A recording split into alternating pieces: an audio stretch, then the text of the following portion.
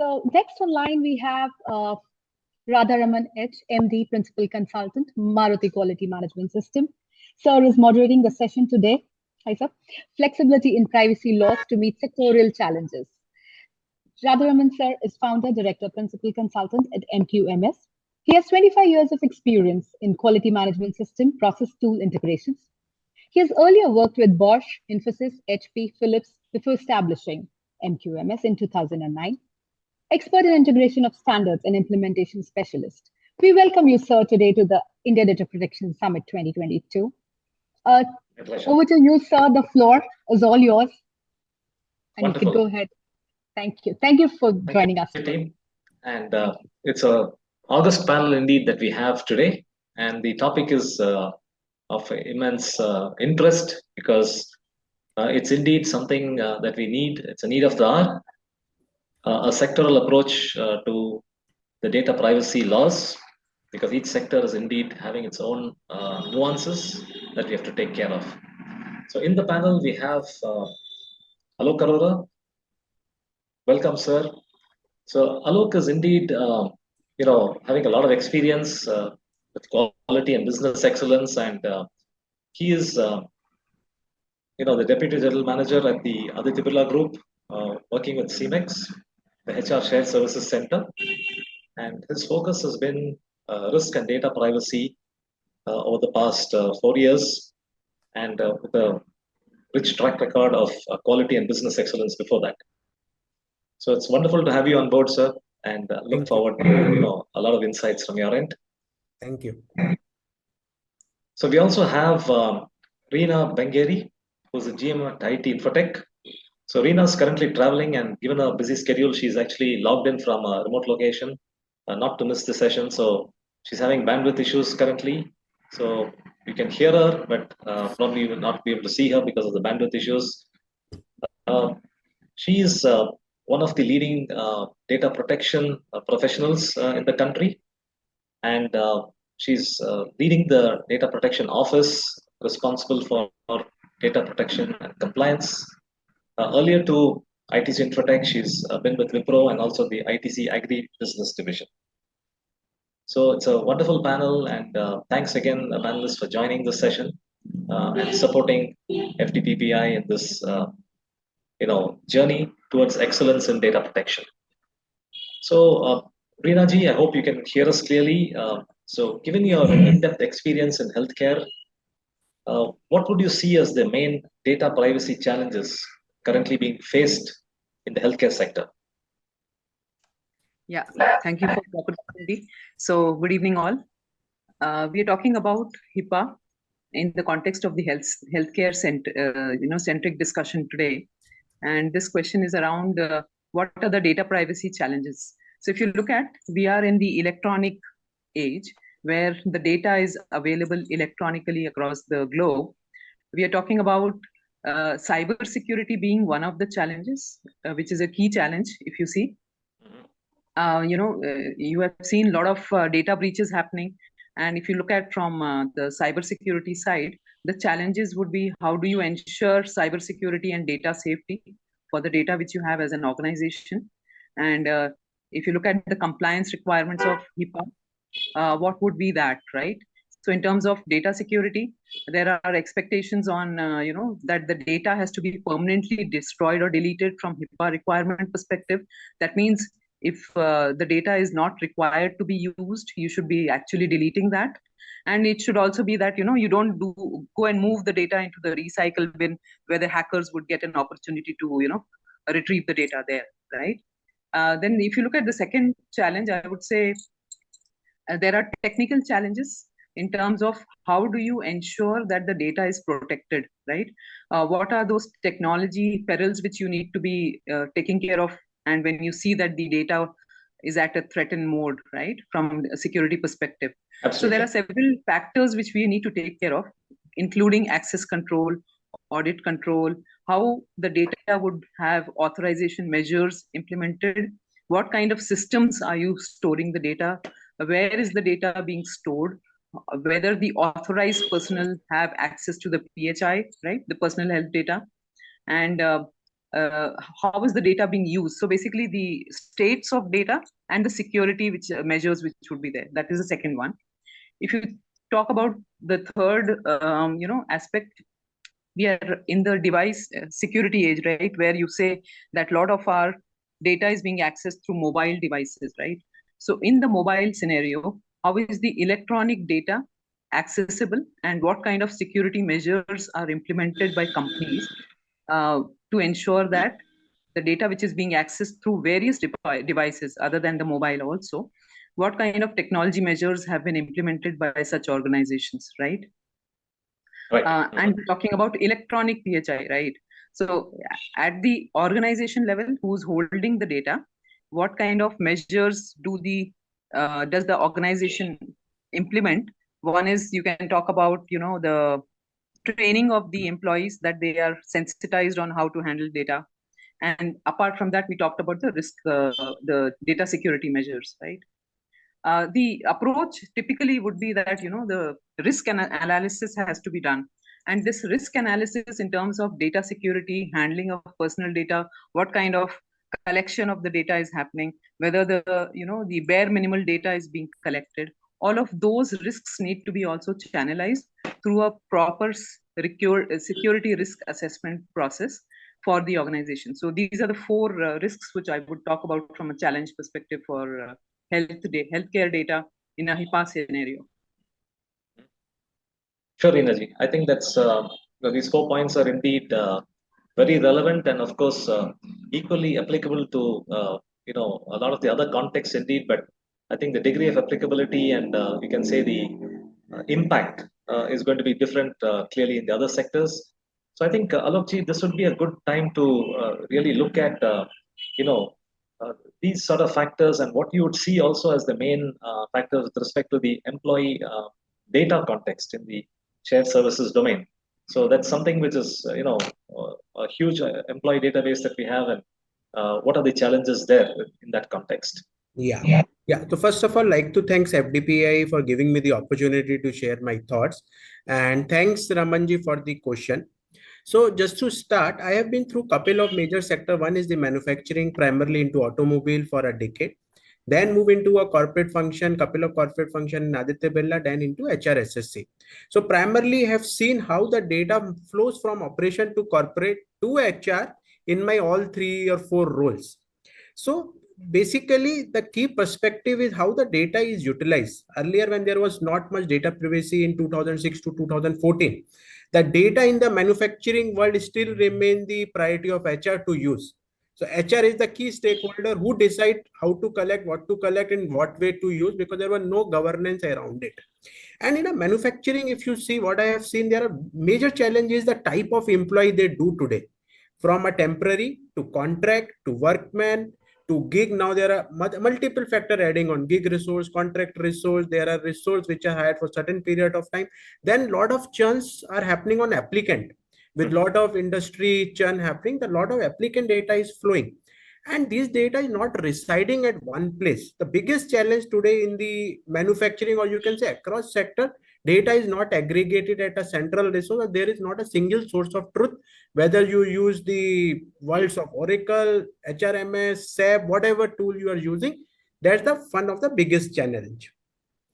Second, I was going through some of the report which talked about still the privacy and identity management is one of the top 5 risks into 2021 as well as in 2030, accepted by all the global leader. But once you go drill down, you see all the manufacturing people who have answered this question doesn't see privacy as a risk. That's the beauty. So they don't consider privacy as a risk, primarily because for them, they think what they are collecting, how much they are collecting doesn't matter. The numbers, the output, the product or the services that are being given from the manufacturing is the first most priority. So I think manufacturing sector lacks something on the data privacy as on date. And second, I think is primarily with this industry 4.0, 5.0 are coming into big, but how the privacy by design is built into these setups, so that it's not a post facto when we implement industry 4.0, 5.0, there should be some way handhold between the privacy and industry 4.0, and now few of the industry are also moving into 5.0. So I think there should be some synergies between these two. And I think Reenaji has called out employee awareness. That's something I think is the biggest challenge across all sectors. How the employee are kept aware on the ever-changing privacy landscape. Because for manufacturing the service sector, is still the end output remains the number or the sales growth which is achieved. And I think the solution to this is over the last decade, when IT Act has got amended under 2011, 2008, Section 43 it talked about data privacy, GDPR come into picture, then privacy has taken a center stage from last 5 years in most of the organization. And the newest solution which are coming up have something built in into it so that privacy by design come to in, but still the challenge remain a single source of truth, which I still see, still facing it in my current role, how the single source of truth can come for a data. Second is primarily on your anonymization, pseudonymization, two big buzzword. I know in the industry today, everyone confused what is anonymization, what is pseudonymization, and they are used like a synonym sometime if someone is doing that. And I think third is what Reenaji called out is on data security. Then again, data security, how much and what is needed for a particular industry. But you can't lock everything and just stop the business. There should be a check and balance in terms of how much data privacy, how much data security basis the right fit in an organization. So for a medical industry, it may differ considering the very sensitive PII. For someone in a normal startup who is just doing some processing of data, it may differ. So that some standard should be around it, how much data privacy or how much data security someone should have. Sure. That's really interesting, Alokji. I think you have called out very clearly the need for sectorial view indeed that will help the business also balance the privacy of individuals versus the business needs. I think that's a very valid point that Alokji indeed brought out. So in that context, Reenaji, what would be your take for HIPAA-like act that's there in the US in the Indian context? Sure. Very interesting question indeed. So if you look at, I think in a typical HIPAA context, we talk about two entities. One is the data subject or the individual whose data is being talked about, and in the context of Indian PDPB, we call it as a data principal, right? The second would be our data fiduciary, who is actually the custodian of the health data of such individuals, right? Now, when we talk about sector-specific code of conduct, or in the context of the Section 50 of our PDPB 2019 bill, there are some key aspects called out. Okay, and if you look at the code of conduct, it talks about how a valid consent will be sought, right? What would be these requirements for notice to be given, and any guidance related to that which needs to be mentioned. What would be the measures pertaining to the retention of personal data, and then how must the processing of personal data be done, and then pertaining to the retention of personal data, right? So it's actually, we need to cover all of these aspects in the code of conduct. The other aspect would be how the processing of personal data would be organized. What kind of security safeguards need to be applied? What are these activities of personal data processing that has to be undertaken, right? And how do we distinguish between what is processing of sensitive personal data and what is processing of personal data in the healthcare context? And under what grounds of processing would you be covering this, right? Are you able to distinguish what is the age of children in the context of children's data which we talk about? And I think in our earlier discussion, Navi sir also talked about the data protection standard for India, PDPSI by FDPPI, which has this code of conduct covered adequately and given guidance on how it has to be implemented in our Indian context. And if you look at, I think we were discussing the previous session about the sensitivity of India as a continent, where we have so many languages of different regions within the population of India. It is very important to also ensure that the aspects of language and understanding of the consent, which needs to be understood by the common man, is also considered, right? So, and if you look at consent manager as a concept, is also part of the PDPB 29, and it's a key role which will be played by such individuals who are going to manage consents on behalf of data principals. So in my opinion, I think it's a necessity that we have sector-specific code of conduct. This will only help the Indian, the government or the entity who's going to manage this compliance in the context of personal data, right? To as part of the governance of such law which is going to come up, right? So this is a subset of the sector-specific code of conduct would be a subset of the law which we are talking about, which is going to get enacted. So in my opinion, I think I strongly feel that this is a necessity for our Indian context. Makes a lot of sense, Reenaji, because I think the sectors know their own area best. So they are the right people to also come out with this code of conduct indeed. And I think we have some successful code of conducts indeed established. And, one sector is the cloud service provider sector is actually, one such sector which has come together remarkably well. And I think the Cloud Security Alliance, Alokji, if you, I'm sure we have some good inputs from there. So maybe you could throw some light on how the Cloud Security Alliance and what would be your assessment of this attempt of the sector to actually come out with a code of conduct and how effective that would be. Yeah, I think this Cloud Security Alliance has been doing a fantastic job. If you see across the globe, almost 50 to 60% of data relies on the cloud today. As data privacy in cloud become a utmost priority or importance for all the organization, whether it's a controller who directly stores the data or a processor who is storing on behalf of controller. And I think they have come up with a self-assessment tool, which is vetted by a GDPR experts also. And I think there is a self-assessment which someone can do and identify what are the gaps. And I think CSA is also moving towards the third-party certification, which gives confidence to the people like that something when it is on cloud, it is safe, secure, and well governed. Because if you see a lot of breaches happen on cloud, someone say cloud is not breachable these days. But hackers also these days are getting smart and they also breach depending upon their chance and the networks and the service provider. So I think such code practices across the industry should be leveraged, and privacy from design one should get enabled into the new technologies. I think we have been discussing in last 2 days, I've been hearing on emerging technologies, the impact of AI, ML. So how this cloud computing and such code can help this type of industries also, where data sits on cloud and computing happen through certain algorithm.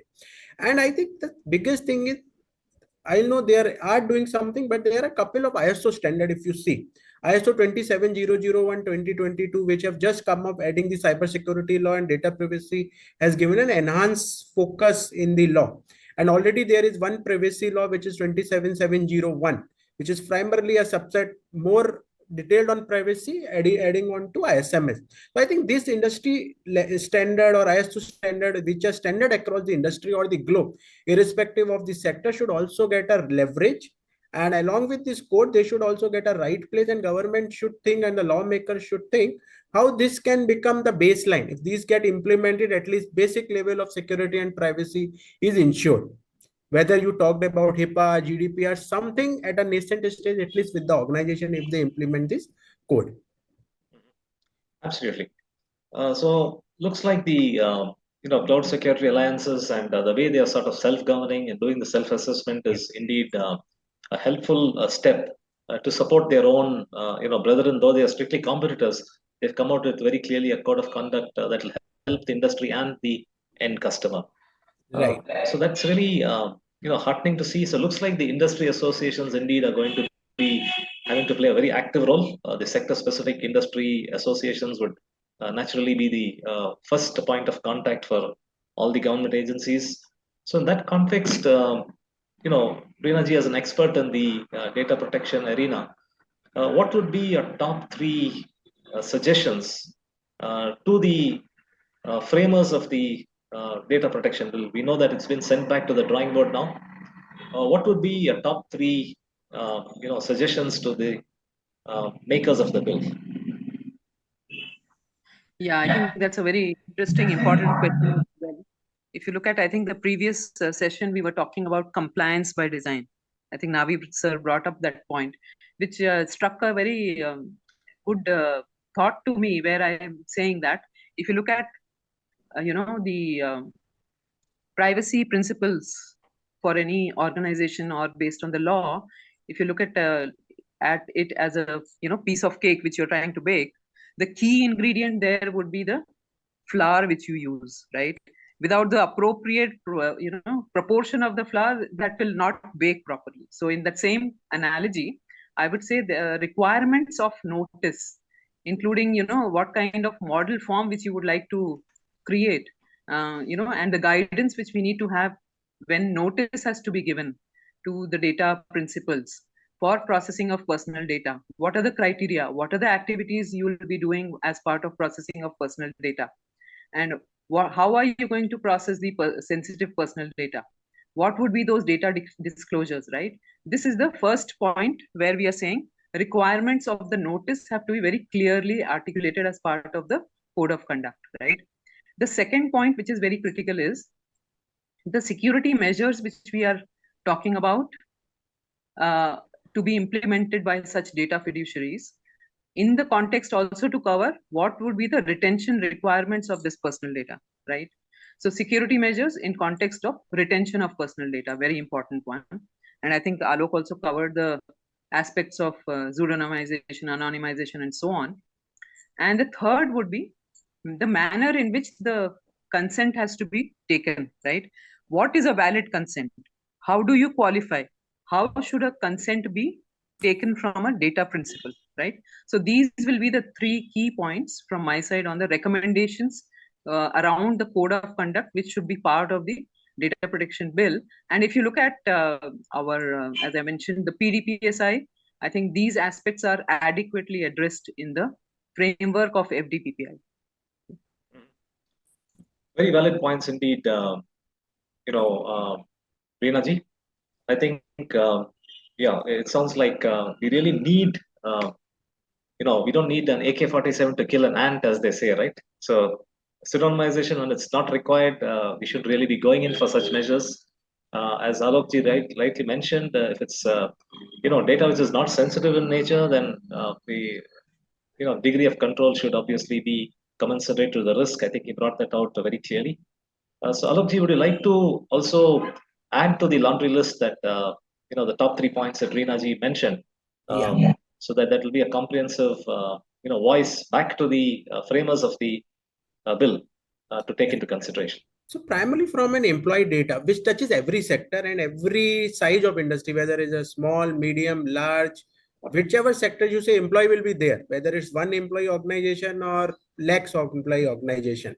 So I think first thing should be the clear-cut code should talk about PI inventory, the entire day, which function is collecting what data, and a data flow life cycle, how it is stored, how it is collected, what is the purpose of collection. And then I think Reena ji clearly talked about consent should be clearly, simply written so that people understand. Just a recent example, day before I was just doing my e-nomination for that TF, which was missing and something on the compliance everyone has to do as a mandatory. So they are capturing Aadhaar card. Once I have given my Aadhaar, everything is there. Address, date of birth, photograph. Still, they are asking users to upload and add this information. Government may have a reason, but as a data privacy professional, I'll see why. If my Aadhaar is an identity, then it's already everything is there. If I have given the Aadhaar card, everything should get flow. Similarly, for a nominee, they are asking Aadhaar, date of birth, photo, address. But if Aadhaar card is captured or Aadhaar number is captured, then all the information already is there with the government. Why not to use them, and why you are asking user to give multiple times the same information? Second, on a consent, recent breach of Google, where the consent was not clearly explained. WhatsApp has a fine because of this consent not clearly call out how the data is processed. So consent become a very critical environment, and consent should be written in a simple way. I think recently, just before this session, Team Abentos was sharing about consent, how clear the consent can be so that people understand. Another element I think is all about the data subject right records, which we have been hearing from 3 days, how the data subjects are made aware what are their rights and how they can ask for their right and how their right can be fulfilled. Another critical element which I think should flow into this is privacy by design. in the employee lifecycle process, if I am just saying from the code or a standard from the employee data, so how privacy by design is getting built into through DPIAs, through regular assessment into the entire employee lifecycle process, hire to retire, so that privacy by design is achieved. And I think Reena ji called out, and also I echo that child data, which is currently in the draft framework, has got certain attention. But if you see today how the child data is getting flowing to the insurance, to third-party partner, and through various stuff, this platforms like Instagram, Facebook, a lot of information is available. So how we are securing, protecting that data. And along with the last, I think code should clearly define anonymization and pseudonymization. I know there was one draft which have come up on anonymization, but it has been called back again. But there should be a clear definition on anonymization, how much to be stored, when the data should get purged, retention and archival, and a cross-border. And I think data localization will impact somewhere if it talked out clearly, because if you say everything has to be localized in India, consider the Indian context, then it becomes difficult for organizations who are spread across the geographies to go beyond, interact. So somewhere I think clear code on this guideline will help the organization to accommodate the law which will come up. So I think request to the lawmaker, take this into account. Makes a lot of sense indeed, Alokji. I think, what you mentioned about the child data also something that is really a key aspect, especially in the Indian context, with a very young population also. And a lot of data indeed being collected by schools, educational institutions, apart from, also the parents, the employees would have children and they would declare the data, and then they would definitely go through a life cycle, as you rightly mentioned. So very valid points indeed. So I think just one addition here, Ramanji, I think people are the weakest link. If you compare West versus us, the awareness level of privacy compared to us is very high. What I see when we interact with the West, and the way we give our data loosely, they never give. And they are always asking question, why, what's the purpose? But we generally doesn't ask that much question, maybe in absence of law or whatever as a psyche. But I think employee awareness is the one thing which should be continuously driven so that the organizations are secure and the data remains protected. Absolutely. So one thing is the awareness part, Reena ji, that Alok indeed brought about. So with respect to regulations and the actual regulators, in the US we have, sort of a disparate set of regulators, the OCR being the one for HIPAA, and then we have state bodies, the California state, for example, has their own law and own set of regulators. How effective have been this regulation, for example, in the US? And how do you think it can be applied back here in the Indian context? What would be a recommendation, Reena ji?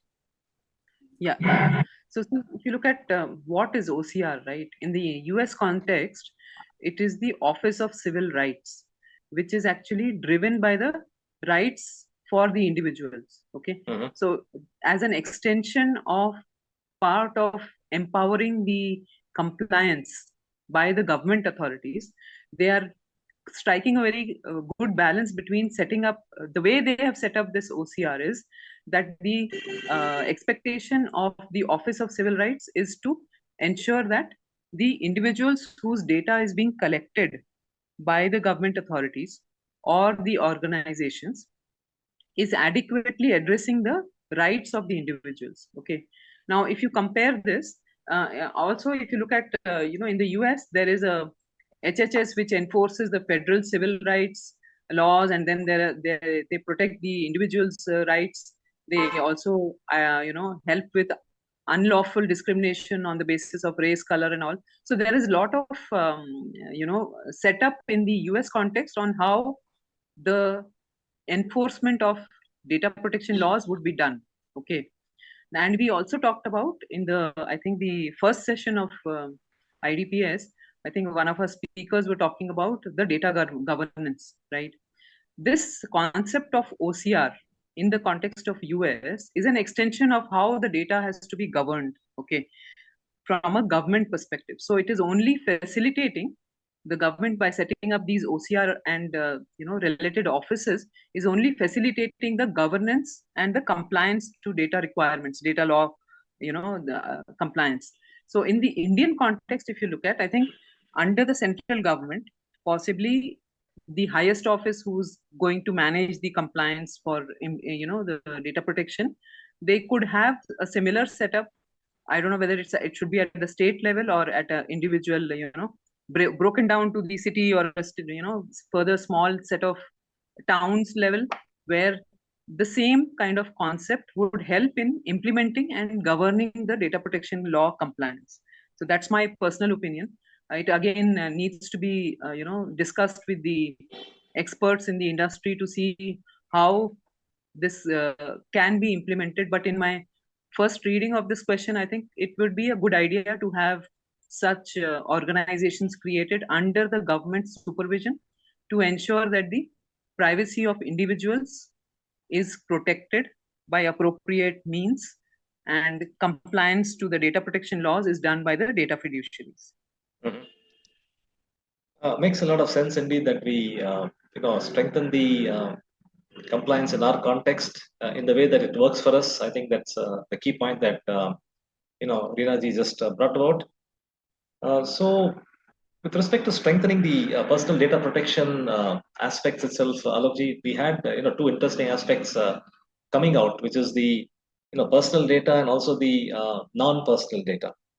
So what would be your take on strengthening the non-personal data, which is equally important? I think interesting question, Ramanji. I think over the last 2 days and just the entire day, a lot of things are talked about PII, SPI, which is primarily today, a lot of things are already there. IT Act is there. Some laws are around it.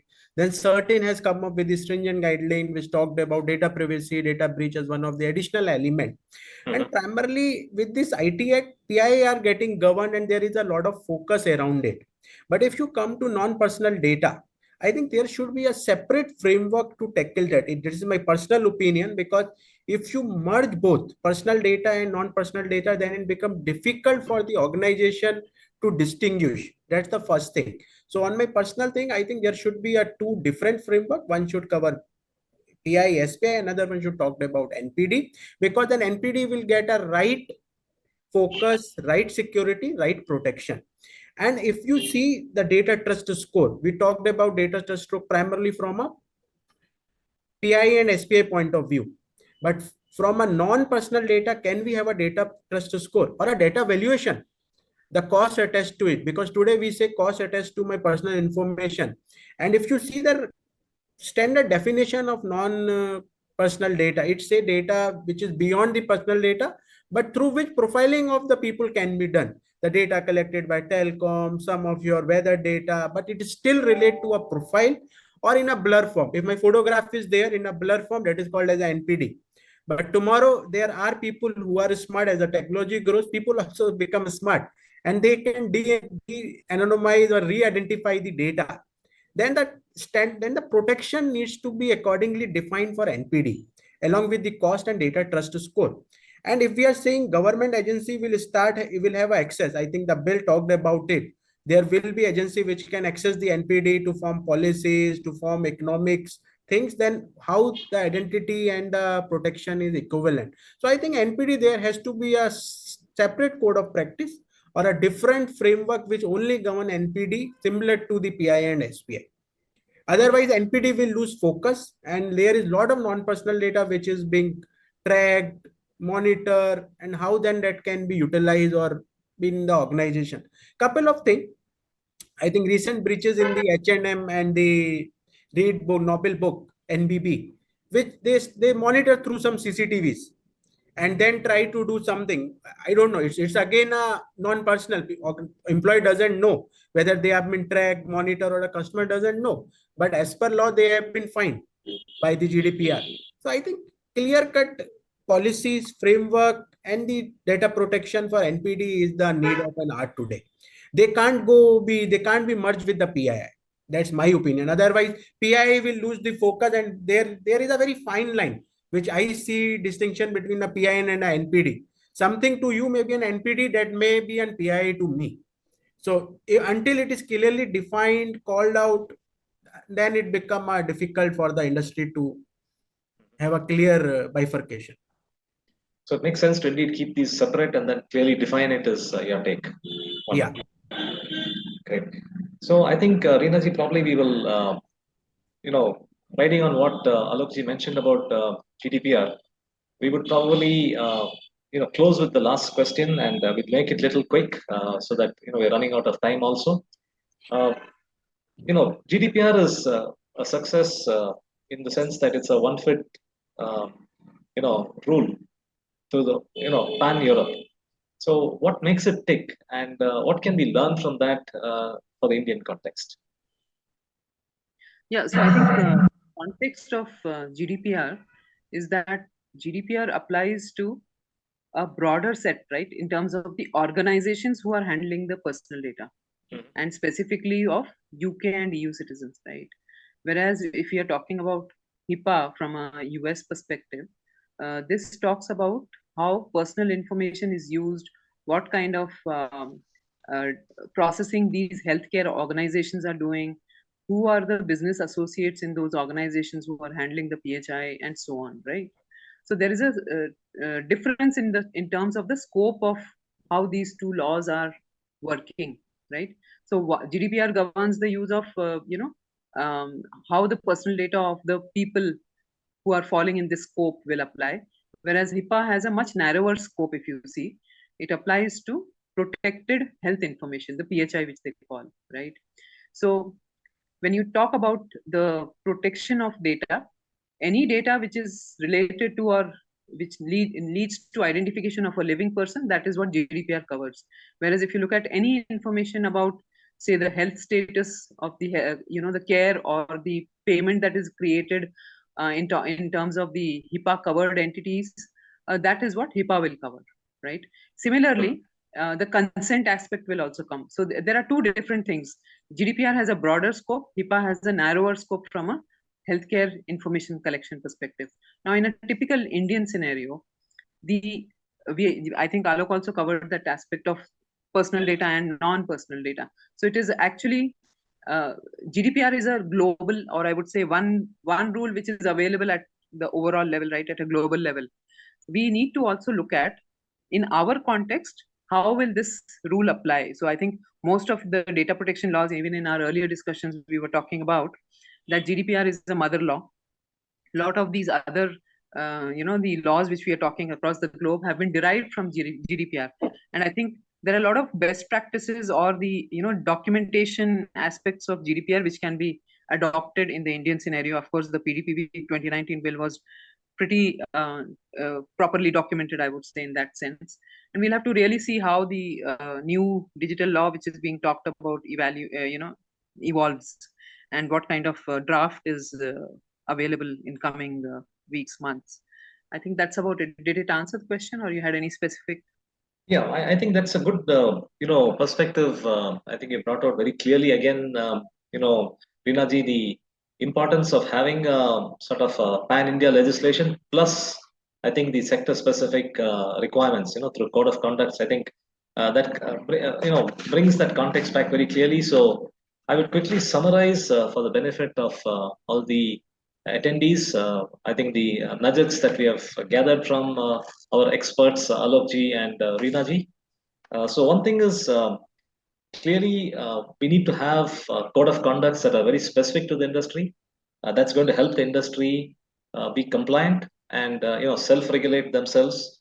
We need, of course, regulators also in place, and I think Reena ji brought in the fact that regulations have to happen at the grassroots level ultimately. It's not just a central regulator that is sufficient, but we need to have a mechanism to actually cascade this down. So compliance by design was a very interesting point that you indeed reiterated. And I think the important inputs that we had also for, strengthening the data protection in India is clearly, having a clear consenting policy, which is, to the context that we have, and also the security measures that are indeed commensurate with the use cases that we're talking about. So very useful points, Alok ji and Reena ji. You have a closing remark, Reena ji? Yeah, I was just trying to tell that I think the section 50 of this PDPA 2019 draft, which is also available, has a very good coverage of the code of practice. And I think it is adequately, elaborately documented in terms of the expectation and what the authority or the data protection authority should be having. So I think that's a good reference point for a discussion, which has adequate language already embedded in. That's just the point which I wanted to add. Yeah. Sure, Reenaji. Thanks for that additional point. And thank you, Reenaji and Alokji, for all your time. And thank you, FDPPI, for organizing this discussion. I think it's been very valuable. So over to you, Ramesh, sir. Thank Thank you you, very Ramesh. much. Thank you. Thank you, Reena. Thank you, Alok sir. Thank you, Radharaman sir. Thank you very much. And I think